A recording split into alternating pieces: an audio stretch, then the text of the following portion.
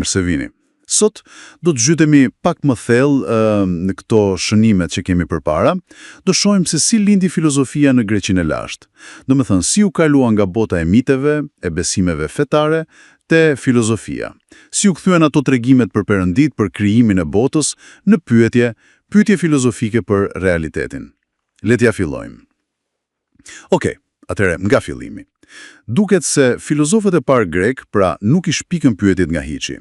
Ata merreshin me të njëjtat tema të mëdha si mitet, nga lindi universi, kozmogonia, apo nga erdhën Perëndit, teogonia, gjëra që i gjejmë te Homeri, te Hesiodi. Sipas Jagër, pyetjet mbeten po ato, por mënyra si u përgjigjen, ajo ndryshoi krejtësisht. Kështu thua. Në kuptim logjik, e kupton? Dhe për të naturalizuar atë që më parë shihej si mbinatyrore. Mendo pak për Milesianët, për shembull, Talisi me ujin, Anaksimeni me ajrin, apo Anaksimandri me apironin e tij. Ata morën këto elemente, por i zhveshën nga petku mitologjik, nga ato sjelljet njerëzore që u visheshin perëndive, domethënë. Krijimi i botës u bë një proces natyror. Prit pak. Po thua që ata hoqen ato perëndit me sjellje njerëzore, por ende mendonin se fjala vjen uji apo ajri ishin disi hyjnor. Si shpjegohet kjo? Po, pikërisht kjo është nuaza, kjo është thelbësore. Këto elemente themelore shiheshin ende si forcat përjetshme, të gjalla madje, edhe hyjnore në një farë kuptimi, por jo hyjnore si një perëndi kapriqoze apo si Zeus që ndërhyn sipas tekave. Më shumë si forca bazë të fuqishme që vepronin brenda natyrës dhe ligjeve të saj. Risi ishte përpjekja për ta shpjeguar botën kryesisht me koncepte natyrore. Kjo ishte reja, jo me ndërhyrje hyjnore të çastit. Kuptoj.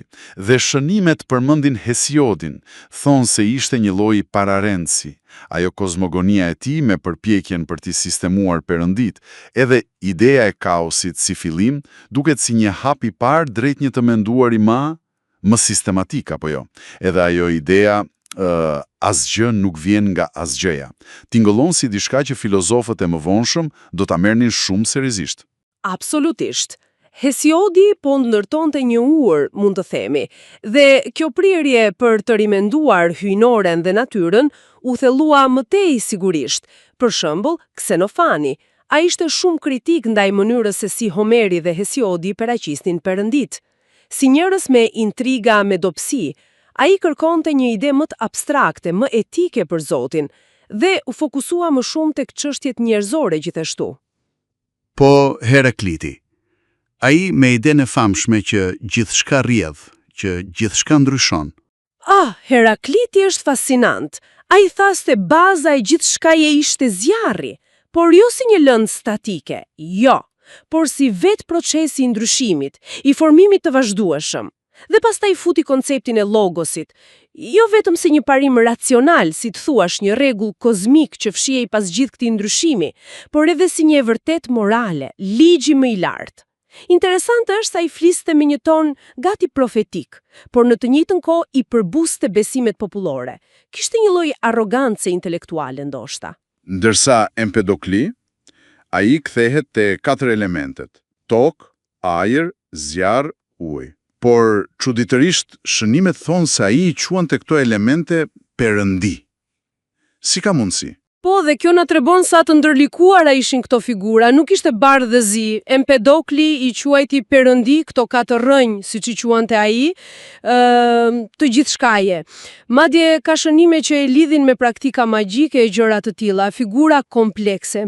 Pastaj vjen Anaksagora dhe bën një hap tjetër akoma, fut konceptin e nus, mendjes ose intelektit si një forcë organizuese që vuri rregull në kaosin fillestar të materjes, një lloj si arkitekt kosmik, le të themi. Dhe një studiues Cornford hedhi den se figura e filozofit mund të ketë evoluar nga jo figura më e hershme, nga fallxori, poeti, profeti. Kjo na bën të pyesim veten, sa larg ishin vërtet këta filozof nga bota e miteve. A ishin aq racional se themi? Kjo është pyetja milionshë, po jo. Ka një debat të tërë nëse kjo filozofia e hershme ishte vërtet laike apo shkencore në kuptimin ton modern. Disa studiues thonë se ajo thjesht vazhdoi me mjete të tjera me gjuhë tjetër, qëllimet e mendimit mitologjik fetar. Ka edhe argumente për ndikime nga Egjipti, nga Mesopotamia, nuk ishte në vakum Greqia. Por, pavarësisht këtyre lidhjeve dhe ndikimeve, ajo që filozofia greke solli ishte thelbësisht e re dhe origjinale, kjo duhet theksuar. Ky theksi tek arsyera, tek kritika, tek kërkimi i shpjegimeve natyrore, kjo ishte diçka e re. Pra për ta përmbledhur shkurt, filozofia e hershme greke lindi nga brumi i mitit, si të thuash, mori prej tij pyetjet e mëdha tematikat, përzhvilloi një mënyrë të re të menduarit, një qasje të re mendore, e bazuar tek arsyeja, te vëzhgimi, te debati kritik, duke i dhënë një kuptim të ri koncepteve të vjetra mitike. Ishte një transformim i thellë, jo një thyerje me një hershme dhe e pastër. Dhe kjo na lë me një mendim, ndoshta për ta marrë me vete. Nëse këta mendimtar të parë racional, siç i quajmë ne, ende i shihnin elementet si uji apo ajri si forca hynore në një farë mënyre, ku qëndron tamam ajo vija ndarse mes mitit dhe filozofisë? Dhe është zhdukur ndonjëherë plotësisht ajo vijë, apo thjesht ka ndryshuar formë me kalimin e kohës? Mbetet për tu menduar.